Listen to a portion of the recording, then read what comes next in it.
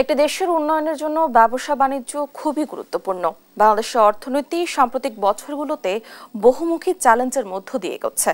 একদিকে বৈশ্বিক অর্থনৈতিক মন্দা, ডলারের বিনিময় হার বৃদ্ধি ও আমদানি রপ্তানি ব্যাহত হওয়া, অন্যদিকে দেশের অভ্যন্তরে রাজনৈতিক অস্থিরতা, দুর্নীতি ও নিরাপত্তা ঝুঁকি ব্যবসায়িক পরিবেশকে প্রভাবিত করছে।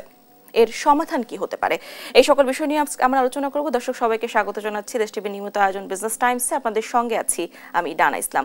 দর্শক, আমাদের আলোচনার বিষয়বস্তু এগিয়ে নিতে আমাদের সঙ্গে স্টুডিওতে দুজন সম্মানিত অতিথি রয়েছেন, পরিচয় করে দিতে চাই তার সঙ্গে।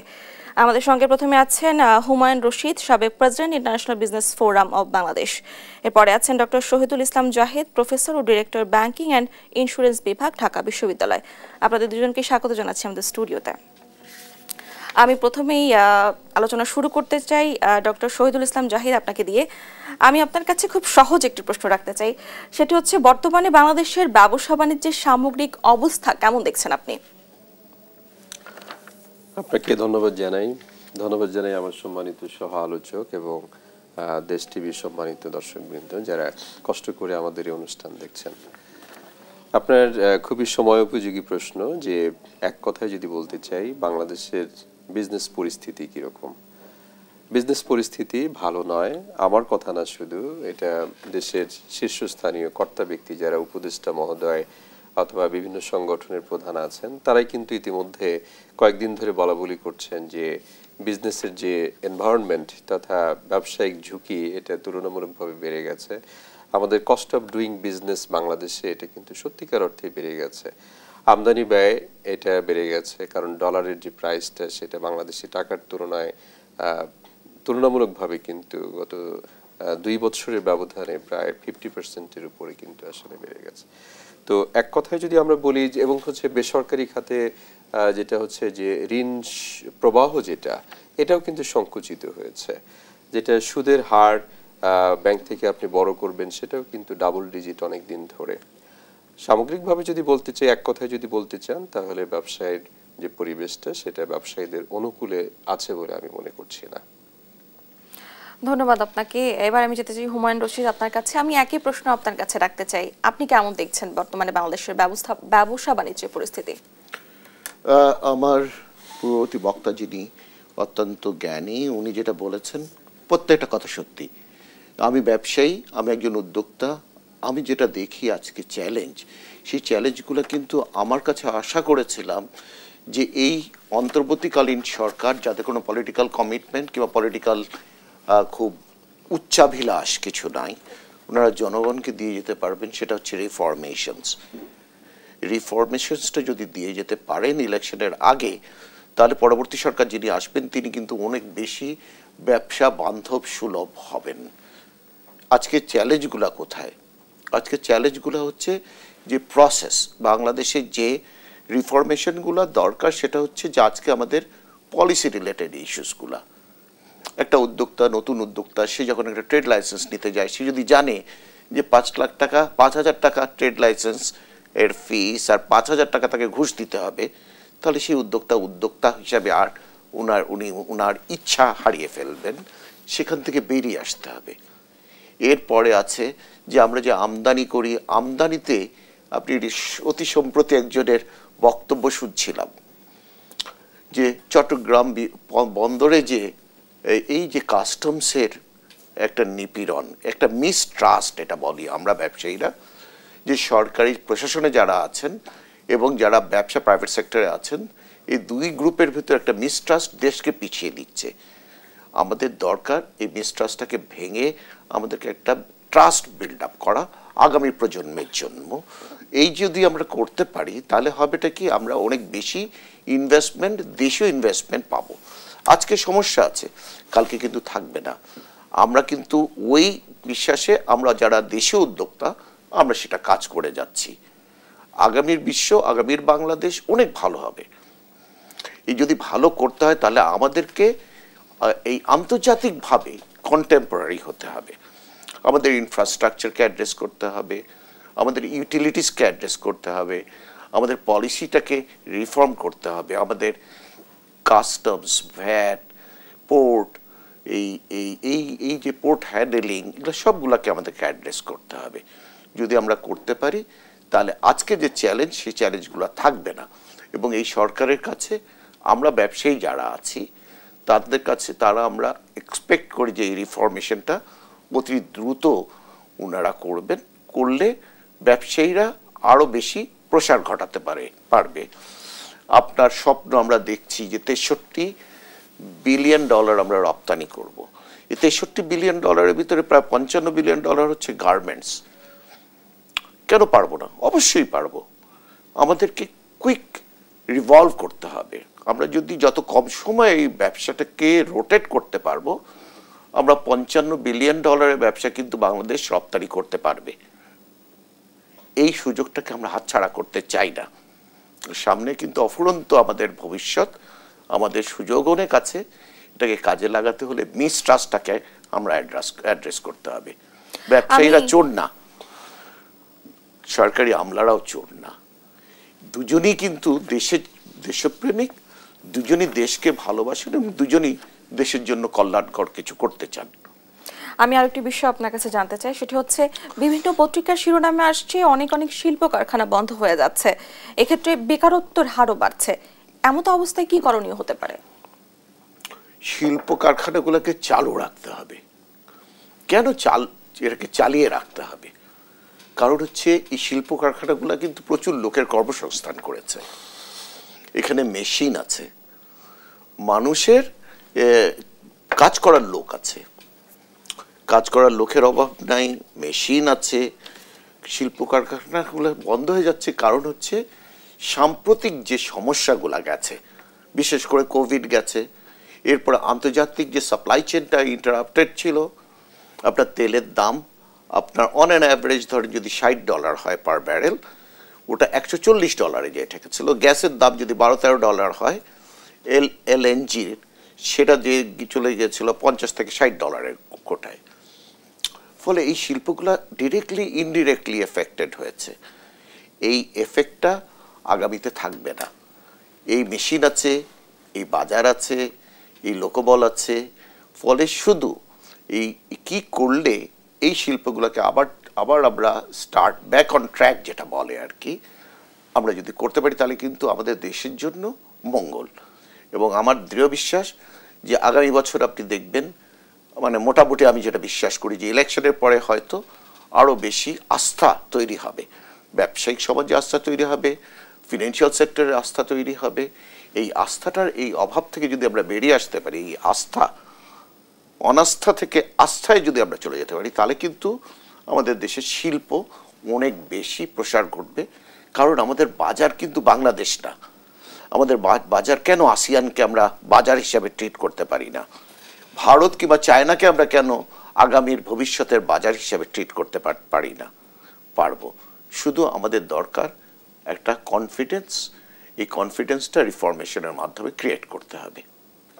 জনাব হুমায়ুন রশিদ, ধন্যবাদ আপনাকে। আমি আবার আসতে চাই ডক্টর শহীদুল ইসলাম জাহিদ আপনার কাছে। আমি আপনার কাছে জানতে চাই, এই যে এত শিল্প কারখানা বন্ধ হয়ে যাচ্ছে, বেকারত্ব বেড়ে যাচ্ছে, শিল্প কারখানা বন্ধের পেছনে প্রধান কারণ কি দেখছেন আপনি? এটা ইতিমধ্যেই আমার সম্মানিত সহ আলোচক আলোকপাত করেছেন। এখন মুক্তবাজার অর্থনীতির দেশ, শুধু দেশ না, সারা বিশ্বটাই হচ্ছে মুক্তবাজার অর্থনীতির জয় জয়কার।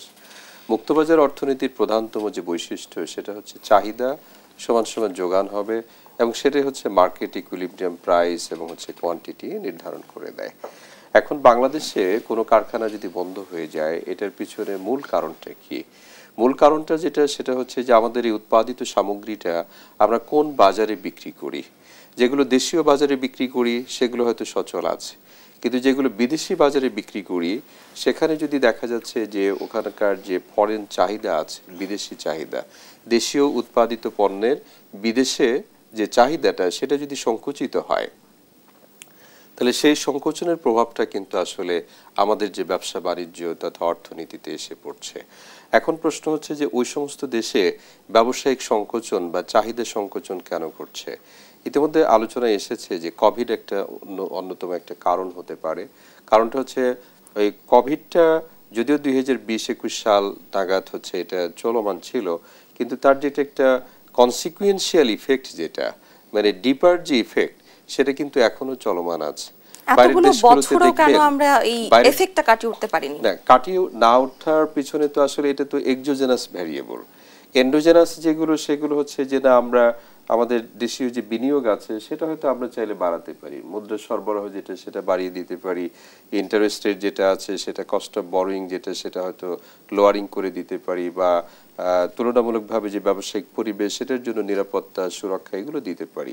কিন্তু যেগুলো বৈদেশিক ফ্যাক্টর যেগুলো আছে, যেমন আমরা জ্বালানি নির্ভর, আমদানি নির্ভর জ্বালানি, আমাদের যে জ্বালানি নীতি আছে, তো এখন জ্বালানি যখন আমরা আমদানি করব তাহলে সেটা যখন বেশি দামে আমদানি করবে তাহলে এখানে তো কস্ট অফ প্রোডাকশন এটা বেড়ে যাচ্ছে। এখন যখন উৎপাদনের খরচটা বেড়ে যায় তাহলে এটার প্রাইসটা বেড়ে যাচ্ছে।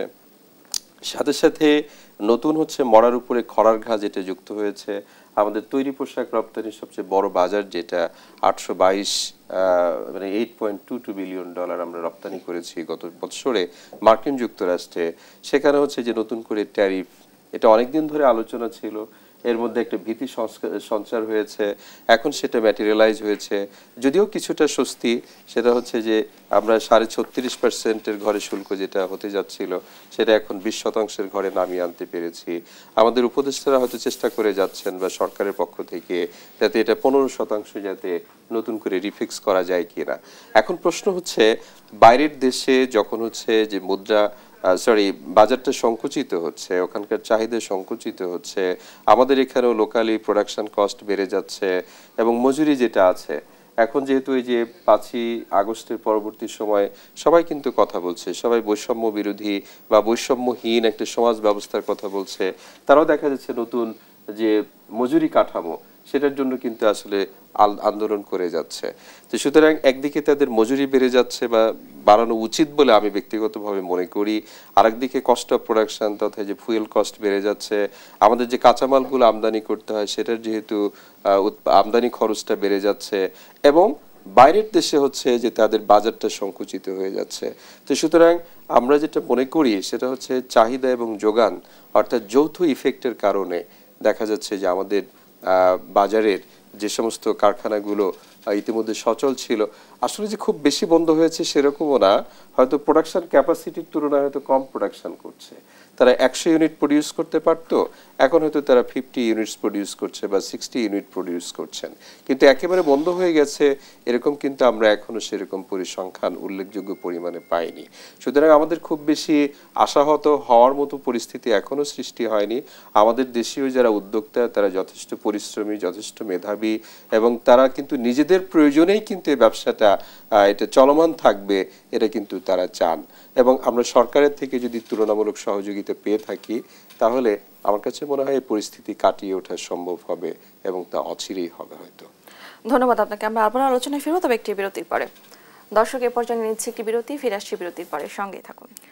বিরতির পর সবাইকে আরো একবার স্বাগত জানাচ্ছি। আমরা ফিরে যাচ্ছি আমাদের আলোচনায়। আমি এবার আসতে চাই জনাব হুমায়ুন রশিদ আপনার কাছে। আমি আপনার কাছে জানতে চাইব রাজনৈতিক অস্থিরতা অর্থনীতিতে কিরূপ প্রভাব ফেলছে? পৃথিবীর সব দেশেই কিন্তু রাজনীতির সাথে অর্থনীতির একটা সম্পৃক্ত সম্পর্ক রয়ে গেছে। যে দেশে রাজনৈতিক অস্থিরতা থাকে সে দেশে কিন্তু কোনোভাবেই অর্থনীতির ক্রমবিকাশ ঘটে না। আর অর্থনীতির সাথে কিন্তু অনেক কিছুর সম্পর্ক আছে। কর্মসংস্থান, বিশেষ করে ভবিষ্যৎ প্রজন্মের জন্য জব, এই জিনিসটা কিন্তু খুব দরকার। ফলে রাজনৈতিক যত তাড়াতাড়ি পৃথিবীর যে কোনো দেশেই রাজনৈতিক স্বস্তি ফিরে আসে, অর্থনীতির চাকা ঘুরে যায়। অতীতে প্রত্যেকটা দেশে সেইটাই হয়েছে।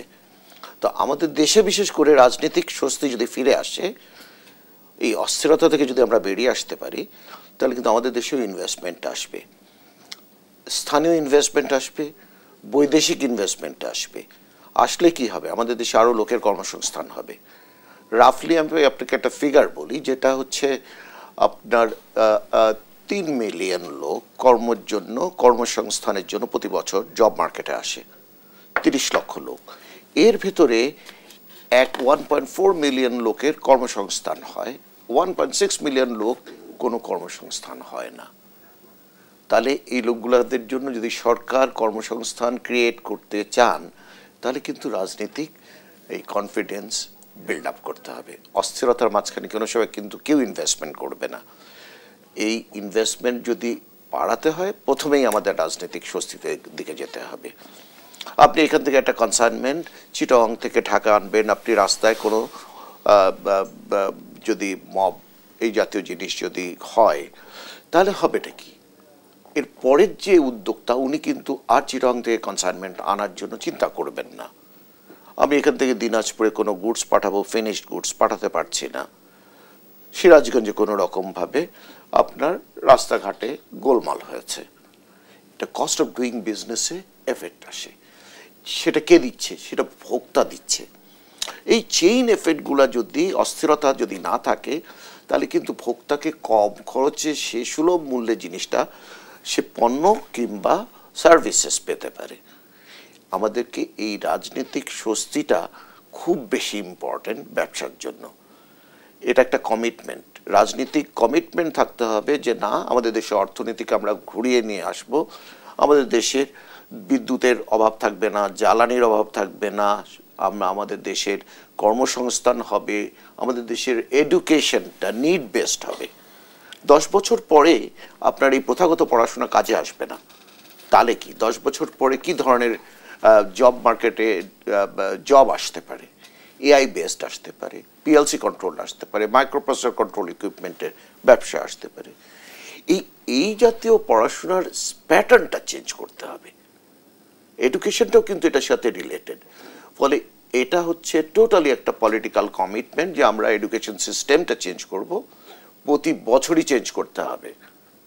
এই যুগাপযোগী যদি আমরা না করতে পারি তাহলে আমরা যেটা দেখি, এই যে মিডল ইস্টে মানে গেলে দেখা যায় যে প্রচুর লোক ঘর ঝাড়ু দিচ্ছে, পাশে একটা ফিলিপিনো সে সুইপিং মেশিন চালাচ্ছে। এই যে culture change, education change, thought process change, এটা পলিটিক্যাল কমিটমেন্ট। এই পলিটিক্যাল কমিটমেন্টটা যদি আসে, যদি পলিটিক্যাল চেঞ্জেস এবং স্ট্যাবিলিটি আসে, তাহলে এই যে আমি বলছিলাম যে 1.6 মিলিয়ন লোকের কর্মসংস্থান হচ্ছে না, এখান থেকে আমরা বেরিয়ে আসতে পারবো। আর এখান থেকে যদি বেরিয়ে আসতে পারি তাহলে আপনি রাস্তায় ওই কোনোদিনও আর হাইজ্যাক দেখবেন না, কোনো রকম ডিস্টারবেন্স দেখবেন না, মিছিল দেখবেন না, মিটিং দেখবেন না, কারণ লোক পাওয়া যাবে না, তারা কর্মসংস্থানের ভেতরে থাকবে। আমরা এই বাংলাদেশ দেখতে চাই। জনাব হুমায়ুন রশীদ, ধন্যবাদ আপনাকে। আমি আবার আসতে চাই ডক্টর শহীদুল ইসলাম জাহিদ আপনার কাছে। আমি আন্তর্জাতিক বাজার নিয়ে কথা বলতে চাই। আন্তর্জাতিক বাজারে প্রতিযোগিতায় আমাদের ব্যবসায়ীরা কিভাবে টিকে থাকতে পারে বলে আপনি মনে করছেন? আন্তর্জাতিক বাজারে টিকে থাকার জন্য সবচেয়ে বড় যেটা দরকার সেটা হচ্ছে আমরা টার্গেট যে বাজারটা আছে সেই বাজারটাকে বিশ্লেষণ করতে হবে। বিশ্লেষণের জন্য প্রচুর রিসার্চ অ্যান্ড গবেষণা মানে ডেভেলপমেন্ট যেটা আছে সেটার জন্য আসলে বিনিয়োগ বাড়াতে হবে। আমাদের খেয়াল করুন যে এই ইতিমধ্যে একটা পরিসংখ্যান এখানে উপস্থাপিত হয়েছে যে আমরা যা রপ্তানি করি তার 1/4 বা তার চেয়ে বেশি পরিমাণ হচ্ছে কিন্তু শুধুমাত্র এই গার্মেন্ট শিল্প, আরএমজি। এখন আরএমজি রপ্তানি থেকে ঠিক আছে আমরা এখান থেকে বিলিয়ন বিলিয়ন ডলার বা বৈদেশিক মুদ্রা এটা আমরা পাচ্ছি, কিন্তু যখন দেখা যাচ্ছে যে যুদ্ধের কারণে, ট্যারিফের কারণে, ইউক্রেন যুদ্ধ যেটা রাশিয়া ইউক্রেন যুদ্ধ অনেক বছর ধরে চলছে, মিডল ইস্ট এখানে অস্থির, এবং সে কারণে কিন্তু এই যে জ্বালানি তেল বলেন, এলএনজির কথা বলেন, এই সমস্ত কিছু কিন্তু বেড়ে গেছে। আমাদের ভারতের সাথে সাম্প্রতিক যে ব্যবসায়িক পরিবেশ সেটা কিন্তু আসলে সুখকর নয়। আমরা ভারতের বেস ব্যবহার করে বাইরের দেশে পণ্য পাঠাতাম, সেটা কিন্তু তারা বন্ধ করে দিয়েছে। এবং শুধু তাই না, স্থলপথে ভারত থেকে বাংলাদেশে যে সমস্ত পণ্য আনা নেওয়া হয় সেখানেও কিন্তু তাদের একটা এমবার্গো কিন্তু সৃষ্টি হয়ে আছে। তো ভারত আমাদের বৃহত্তর প্রতিবেশী, আমরা 3 দিক থেকে কিন্তু ভারত পরিবেষ্টিত, তাদের সাথে বিজনেস পরিবেশটা সেভাবে সুখকর নয়। মিডল ইস্টে যুদ্ধ পরিস্থিতি, ইউরোপের অনেক দেশ যুদ্ধের মধ্যে লিপ্ত আছে, এবং মার্কিন যুক্তরাষ্ট্র তারাও কিন্তু আছে ট্যারিফ ওয়ার বলি আমরা, মানে সেই ওয়ারের মধ্যে কিন্তু ঢুকে গেছে। এখন আমাদেরকে যেটা করতে হবে, নতুন বাজার যেটা সেটা কিন্তু সার্চ করার কোনো বিকল্প নেই। আমাদেরকে দেখতে হবে যে বাংলাদেশে উৎপাদন করে আমরা মার্কিন যুক্তরাষ্ট্রে রপ্তানি করব, নাকি আমাদের ফ্যাক্টরিগুলোকে তুলনামূলকভাবে যেখানে লো কস্ট স্ট্র্যাটেজি আছে যে সমস্ত দেশের বা ট্যাক্স হ্যাভেন কান্ট্রিগুলো আছে সেই সমস্তগুলোতে আমরা শিফট করতে পারবো কিনা। আমাদের এখানে ধরেন কস্ট অফ বরোয়িং যেটা আমি বারবার বলছি যে ব্যাংক থেকে লোন নিতে গেলে 15% সুদ দিতে হচ্ছে, 14% সুদ দিতে হচ্ছে, বলে এই বেশি সুদ নিয়ে এখানে বিজনেস করবেন নাকি অন্য কোনো দেশে তুলনামূলক, যেটা আসলে আন্তর্জাতিক বাণিজ্যে এই তত্ত্বগুলো বহুল প্রচলিত, তুলনামূলক খরচ তত্ত্ব যেটা আছে, অথবা অ্যাবসলিউট অ্যাডভান্টেজ থিওরি আছে। তো সুতরাং একটা আছে যে দেশপ্রেম, যদি আমরা বলি যে নিখাত দেশপ্রেমের আঙ্গিকে যদি চিন্তা করি যে দেশীয় উদ্যোক্তা দেশীয় কর্মসংস্থান সৃষ্টি করবেন এবং অর্থনীতিতে অবদান রাখবেন, সেই ক্ষেত্রে দেশে তারা হচ্ছে বিনিয়োগ করবেন, দেশে এখানে তাহলে জনমানুষের কষ্ট মানে লিভিং স্ট্যান্ডার্ড সেটা হয়তো উপকৃত হবে, উন্নত হবে, এবং তারা বেকারত্বের কষাঘাত যেটা সেখান থেকে মুক্ত থাকবেন, দেশ উন্নত হবে, দারিদ্র্য থেকে হয়তো আমরা মুক্তি পেতে পারবো। কিন্তু তাদের যদি কমফোর্ট জোনের কথা চিন্তা করেন যে না, বাংলাদেশে বিনিয়োগ করলে এখানে কস্ট বেশি কিন্তু শ্রীলঙ্কায় বিনিয়োগ করলে কস্ট কম, তখন কিন্তু সে কিন্তু দেশপ্রেমের ঊর্ধ্বে উঠে সে কিন্তু এভাবে কিন্তু মানে ফরেন ডিরেক্ট ইনভেস্টমেন্ট বা পোর্টফোলিও বিনিয়োগগুলো হয়ে আসে। আমরা তো শুধুমাত্র যেটা চিন্তা করি যে উন্নত দেশ থেকে শুধুমাত্র বাংলাদেশে টাকা আসবে, বাংলাদেশ থেকে যে ক্যাপিটাল ফ্লাইটটা ঘটে কেন ঘটে এটা কিন্তু আমরা কখনো চিন্তা করি না। বাংলাদেশে একজন ব্যক্তি এদেশে পড়াশোনা করেছেন, এদেশের আলো বাতাসে তিনি বড় হয়েছেন, এদেশে কারখানা করেছেন, কিন্তু তার যে কারখানা ব্যবসায়ের যে প্রসিড সে কিন্তু মালয়েশিয়াতে নিয়ে যাচ্ছে, কানাডাতে নিয়ে গিয়েছে, হয়তো সে এখনো নিচ্ছে বা ভবিষ্যতে নেবে না, তার কোনো নিশ্চয়তা নেই। আমরা বলতে চাই যে বাংলাদেশে বিজনেস পরিবেশটা আপনারা উন্নত করুন, দেশীয় যারা হচ্ছে উৎপাদনকারী শিল্প উদ্যোক্তা আছে তাদেরকে রিটেনশন করুন, যাতে করে তারা বিদেশে ক্যাপিটাল পাচার করতে উৎসাহিত না হয়। ভাই ইতিমধ্যে অনেকবার বলেছেন যে করাপশনের যে চিত্রটা এটা কিন্তু ভয়াবহ মাত্রায়, কিন্তু আগে যে পরিমাণ ছিল বেড়েছে কিনা জানি না, এই ধরনের কোনো ইন্ডেক্স এখন আমরা পাইনি, কিন্তু কমেছে এরকম কিন্তু কোনো স্বস্তিকর নিউজ আমরা কিন্তু দেখতে পাচ্ছি না। আপনি একটা লাইসেন্স নবায়ন করতে যান, আপনি ওই যে দেখা যাচ্ছে বিভিন্ন স্ট্যান্ডগুলোতে যে চাঁদাবাজি, পরিবহনে চাঁদাবাজি, তারপরে হচ্ছে বন্দরে চাঁদাবাজি, এই সমস্ত জায়গায় যে পরিমাণ অনাহুত যে ঘটনাগুলো ঘটছে, এতে করে আমাদের ব্যবসায়িক উদ্যোক্তা যারা আছেন তারা যত দেশপ্রেমী হোক না কেন নিজের নিরাপত্তা তো আগে, তার পরিবার পরিজনের নিরাপত্তা আগে। সুতরাং বাংলাদেশের সামষ্টিক অর্থনীতির জন্য আপনি শুরু করেছিলেন এই কথাটা দিয়ে, আপনার ইন্ট্রো যেটা ছিল সেখানে আমি শুনেছি খুব মনোযোগ দিয়ে, আপনি বলছেন যে বিজনেস এনভায়রনমেন্ট। তাহলে বিজনেস এনভায়রনমেন্টটাকে আমরা যদি একটা স্বস্তিদায়ক অবস্থানে নিতে না পারি, আপনি দেশীয় করাপশন কমান এবং হচ্ছে যোগাযোগ ব্যবস্থার উন্নতির জন্য আপনি প্রচুর বিনিয়োগ করেন, এগুলো কিন্তু থমকে আছে। আমাদের অনেক প্রজেক্ট আছে যেগুলো হয়তো 4 লেন মহাসড়ক হতে পারে, অথবা এলিভেটেড এক্সপ্রেসওয়ে হতে পারে, অথবা রেল লাইন যেটা আমরা বলেছিলাম যে ঢাকা থেকে দ্রুত গতিতে আপনারা চট্টগ্রাম বন্দরে আমরা পৌঁছাতে চাই। তাহলে এই যে সময় এবং অর্থ যেটা এবং হচ্ছে অস্থিরতা, এই 3-4টা সেক্টরে যদি আমরা বিশেষভাবে নজর দিই, দেখুন আমাদের কিন্তু সত্যিকার অর্থে এই বিজনেস এক্সপেনশন ছাড়া কিন্তু কোনো গত্যন্তর নেই। আমাদের জনসংখ্যা কিন্তু বেড়েই যাচ্ছে, যদিও গ্রোথ অফ পপুলেশন এটা রেটটা নেগেটিভ, কিন্তু কিউমুলেটিভ পপুলেশন যেটা এটা কিন্তু প্রতি বছর বেড়েই যাচ্ছে। এত বেশি মাত্রায় মানুষ বাড়ছে, সে তুলনায় কিন্তু রিসোর্সটা কিন্তু বাড়ছে না। সুতরাং এই সীমিত সম্পদের অসীম ব্যবহার, এর জন্য হচ্ছে ইতিমধ্যে বলেছেন যে আমাদের টেকনোলজিক্যাল অ্যাডভান্সমেন্টের দিকে যেতে হবে। আমরা পূর্বে যেটা বলতাম অর্থনীতির উৎপাদিত মানে ফ্যাক্টরস অফ প্রোডাকশন দুইটা, একটা হচ্ছে ক্যাপিটাল, একটা হচ্ছে লেবার, কিন্তু আধুনিক অর্থনীতিতে আমরা বলি ক্যাপিটাল, লেবার এবং হচ্ছে টেকনোলজি। যে দেশ বা যে দেশের শিল্প, যে দেশের অর্থনীতি যত বেশি মাত্রায় এখানে technology aided production, technology aided আপনার ফ্যাক্টরি ম্যানেজমেন্ট, ইম্পোর্ট এক্সপোর্ট, সমস্ত ক্ষেত্রে আমরা যদি এগুলো অ্যাসোসিয়েট করতে না পারি, এই টেকনোলজির যে উন্নত যে মানে রিওয়ার্ড যেটা, এটা যদি আমরা ঘরে তুলতে না পারি, প্রসিডটা যদি ঘরে তুলতে না পারি, আমাদের বিজনেসের এনভায়রনমেন্ট খুব বেশি মাত্রায় সুখকর অবস্থানে যাবে বলে আমি মনে করছি না। ধন্যবাদ আপনাকে। আমি আবারও আসতে চাই হুমায়ুন রশিদ আপনার কাছে। আমি আপনার কাছে জানতে চাইব বৈশ্বিক অর্থনৈতিক মন্দা ও ডলার সংকট আমাদের বাণিজ্যে কতটা প্রভাব ফেলছে বলে আপনি মনে করছেন? ধন্যবাদ সরকারকে আমি দিতে চাই। এই ক্ষেত্রে সরকার কিন্তু অনেকগুলো ডেট সার্ভিসেস করেছেন। আন্তর্জাতিক বাজারে যদি আপনি টাইমলি ডেট সার্ভিস না করেন তাহলে কিন্তু সরকারের ক্রেডিট রেটিং কমে যায়, কস্ট অফ ডুইং বিজনেস বেড়ে যায়, এক্সেস টু ক্যাপিটাল কমে যায়।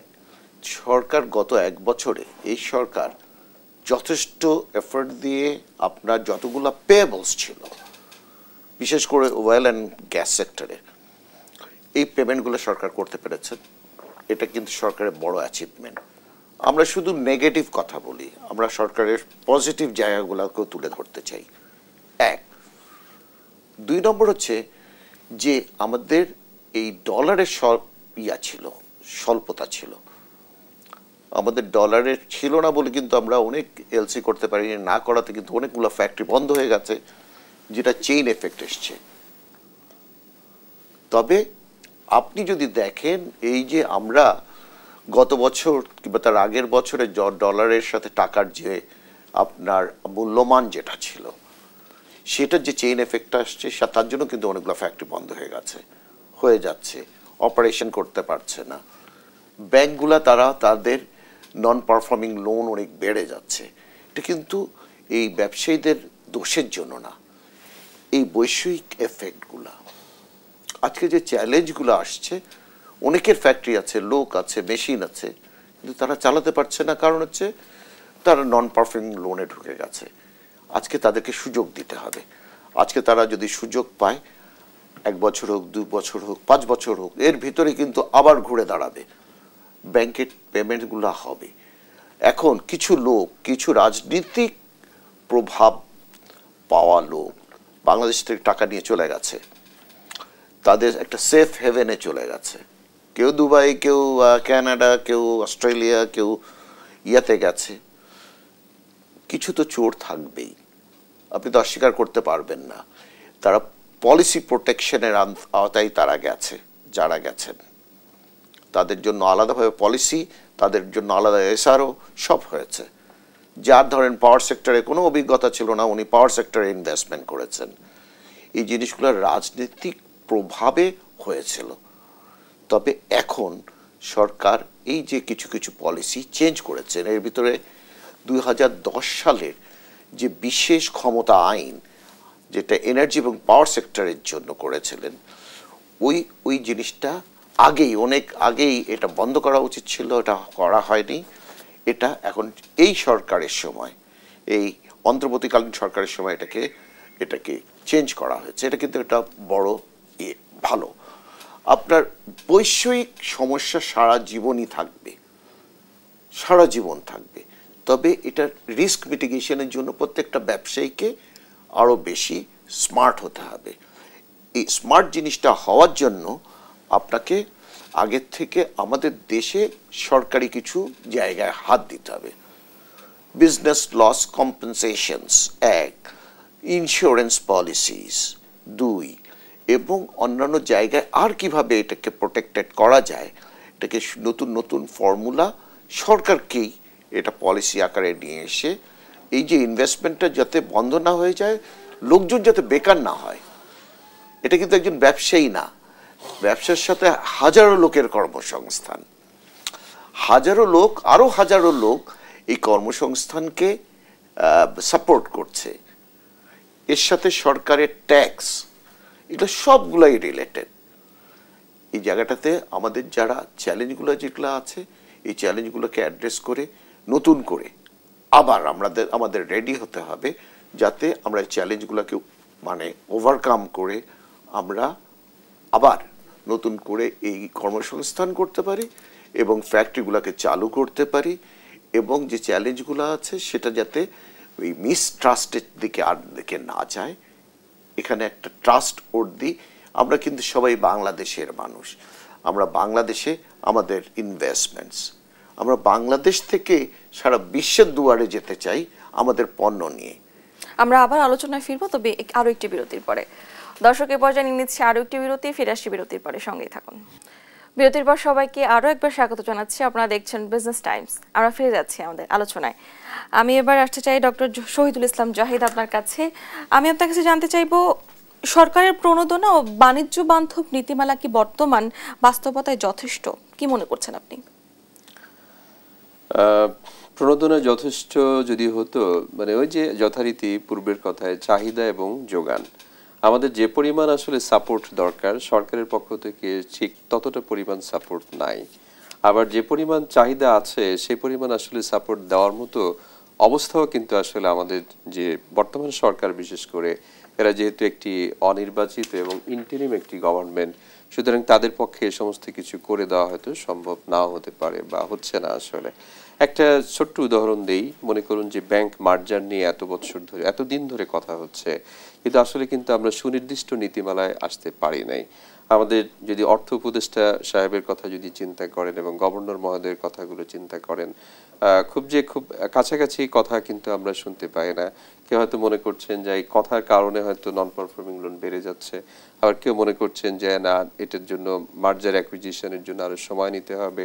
তো সুতরাং একটা পলিসি তৈরি করা এবং সেই পলিসিটা তৈরি করার পিছনে কিন্তু যথেষ্ট স্টাডি দরকার। আমাদের দেশে এটা কিন্তু আসলে খুব বড় ধরনের যেটা সমস্যা, সেটা হচ্ছে যে কোনো পলিসি আমরা আদায় করি, যে কোনো দাবি দেওয়া আদায় করি, সেটা হচ্ছে এজিটেশনের মাধ্যমে, আন্দোলনের মাধ্যমে। কিন্তু আন্দোলন করে যে পলিসিটা আমরা আদায় করি, যে নীতিটা আসলে সরকার প্রণয়ন করতে বাধ্য হন, এটার চেয়ে আসলে বড় দরকার সেটা হচ্ছে মার্কেট যাচাই করা। মার্কেট যাচাই সাপেক্ষে, গবেষণা সাপেক্ষে এবং গবেষণার আউটকামের উপরে যে পলিসি ইমপ্লিকেশনটা আমরা দেখি, তার ভিত্তিতে যদি এই নীতিগুলো প্রণয়িত হতো, তাহলে কিন্তু এগুলো ব্যবসায়ীদের জন্য উপকারে আসতো এবং হচ্ছে আলটিমেটলি দেশের আপামর অর্থনীতির জন্য উপকারে আসতো। আপনি তো একটা ওপেন এন্ডেড কোশ্চেন করেছেন যে আসলে নীতিমালার কথা, এটা তো আসলে ওপেন এন্ডেড।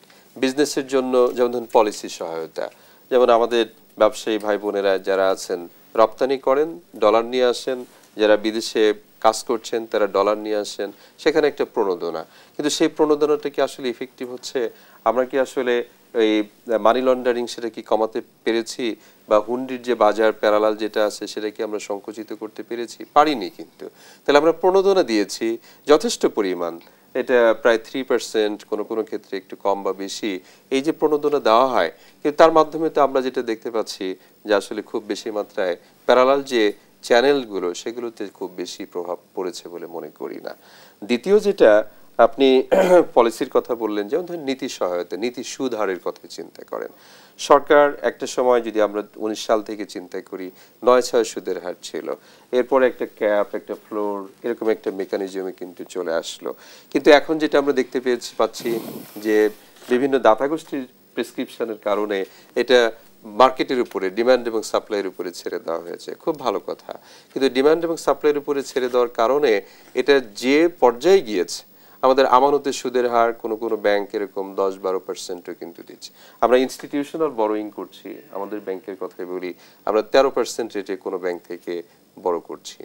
আবার আমরা যখন ইনভেস্টমেন্ট করছি কোনো কোনো ক্ষেত্রে 16-17%-এ, ইফেক্টিভলি আমরা কম্পাউন্ডিং করলে তো আরো বেশি, আপনারা ভালো বলতে পারবেন। আমরা যদি এই যে নন পারফর্মিং লোন এর যেটা ইফেক্ট, সাইড ইফেক্টে চিন্তা করি, এটা কিন্তু আসলে লেন্ডিং রেট কিন্তু বা বিনিয়োগের হার যেটা, এটা কিন্তু অনেক বেশি মাত্রায় চলে যায়। তাহলে এখানে যে সরকারের যে নীতি এর কথা বললেন, যে মানিটারি পলিসি, মুদ্রা সংকোচন অথবা ইনফ্লেশন, এটাকে আমরা কমাতে চাই এবং হচ্ছে মূল কথা হচ্ছে আনএমপ্লয়মেন্ট কমাতে চাই, এমপ্লয়মেন্ট অপরচুনিটি বাড়াতে চাই, দারিদ্র্য কমাতে চাই, দেশের আপামর উন্নতি করতে চাই। টাইম টু টাইম যে পলিসিগুলো নেওয়া হয়, যেমন মার্জারের কথাই বলা হচ্ছে, এখানে সরকার বাজেটারি সহায়তা রেখেছে 13,500 কোটি টাকা, কিন্তু এই 5টা ব্যাংকের যে মূলধন ঘাটতি, এটা এর চেয়ে অনেক গুণ বেশি। তাহলে আপনি যেখানে যে পরিমাণ সহযোগিতা দেওয়া দরকার সেই পরিমাণ কিন্তু আমরা দিতেও পারছি না, যে পরিমাণ চাহিদা আছে সেটা আমরা যোগান দিতে পারছি না, আবার যে পরিমাণ যোগান দিতে পারছি সেটা চাহিদার তুলনায় কিন্তু অপ্রতুল। সুতরাং এখানে আমি এক কথায় যদি বলতে চাই, আমাদের সময়ও হয়তো খুব কম, বাজার ব্যর্থতার একটা প্রভাব এখানে প্রকট। এখানে চাহিদা বেশি, যোগান কম, অথবা যোগান কম বা যোগান বেশি, চাহিদার পরিমাণটা হচ্ছে কম। আমার কাছে মনে হয় বাংলাদেশের ব্যবসা, অর্থনীতি, রাজনীতি সমস্ত ক্ষেত্রেই একটি সমন্বিত পলিসি, দীর্ঘমেয়াদী পলিসি দরকার, যেটা ভিত্তিটা হবে গবেষণা এবং তার ভিত্তিতে যে ইমপ্লিকেশন, পলিসি গাইডলাইনগুলো আসবে তার ভিত্তিতে স্বল্পমেয়াদী, মধ্যমেয়াদী এবং দীর্ঘমেয়াদী পরিকল্পনা নেওয়া দরকার। সেটা যে সরকারই যখন থাকুক না কেন তারা সেটা ইমপ্লিমেন্ট করতে বাধ্য হবে দেশের স্বার্থে, জনগণের স্বার্থে, এবং সেগুলো হয়তো ফ্রুটফুল হবে বলে আমরা বিশ্বাস করি। ডক্টর শহীদুল ইসলাম জাহিদ, আপনাকে অসংখ্য ধন্যবাদ। আমি আবারও আসতে চাই জনাব হুমায়ুন রশিদ আপনার কাছে। আমি আপনার কাছে জানতে চাই, আগামী 2-3 বছরে বাংলাদেশ ব্যবসা বাণিজ্যে প্রবৃদ্ধির সম্ভাবনা আপনি কেমন দেখছেন? আমি দেখছি ভালো। ভালো কেন? আমরা একটা ডেট পেয়েছি যে আগামী ধরেন রোজার আগে ইলেকশন হবে বাংলাদেশে। যদি ইলেকশন হয়, একটা নির্বাচিত সরকার আসবে, যেই আসুক না কেন, উনাদেরকে একটা কমিটমেন্ট দিতে হবে যে ওনারা ব্যবসাকে কিভাবে অ্যাড্রেস করবেন, অর্থনীতিকে কিভাবে অ্যাড্রেস করবেন। এই কমিটমেন্ট, এই ইশতেহারগুলা দিয়ে আমার মনে হয় ব্যবসায়ীরা অনেক বেশি কনফিডেন্স পাবে। আমি এখানে উল্লেখ করতে চাই অন্য প্রসঙ্গে, এই যে ইনসেন্টিভ, গার্মেন্টস শিল্প নিয়ে যে আমরা ইনসেন্টিভ পাই, সরি, আপনার ইনসেন্টিভটা কেন আমি আনলাম প্রসঙ্গক্রমে ডক্টর জাহিদের কথার প্রসঙ্গে বলতে চাই। এইখানে সবচেয়ে বড় যে চ্যালেঞ্জটা, সরি,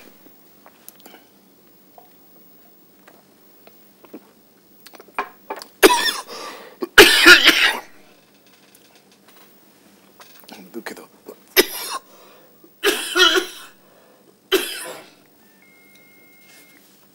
আপনার